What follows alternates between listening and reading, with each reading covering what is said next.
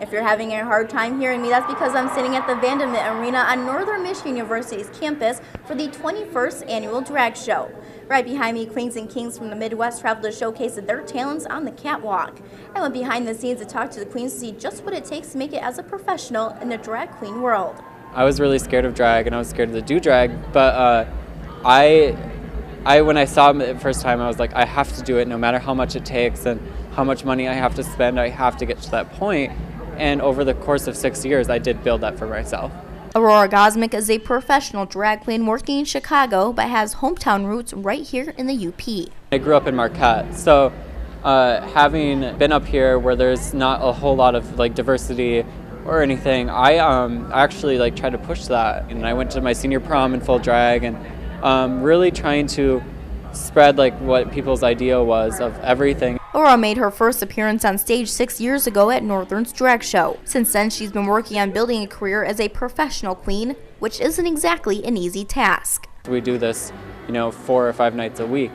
And a lot of the queens that I brought up here are professionals in the community. And it's stressful because we're coming up with constant new looks and we're performing club to club every night until 4 o'clock in the morning.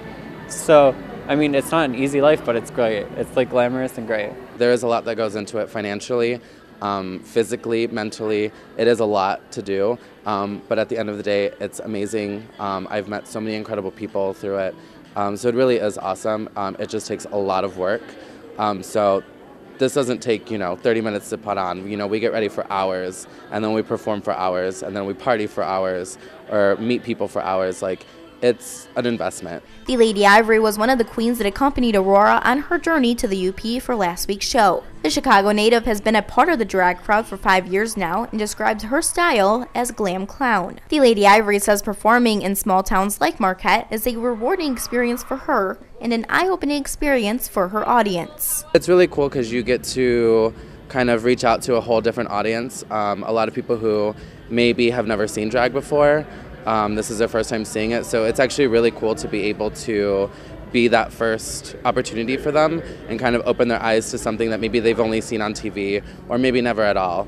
Dressing in drag certainly faces its fair share of opposition. I think it's more, for lack of better words, ignorance, and a lot of people will own that ignorance to be like, well, I think what you do is cool, but I don't necessarily get it, I guess. So it's just a matter of explaining it to people and educating them on what we do. When asked about the biggest misconception they face as queens, the ladies gave the same answer: gender identity. I don't want to be a woman, but I do enjoy dressing as one and having this be like an art piece every time I'm in it.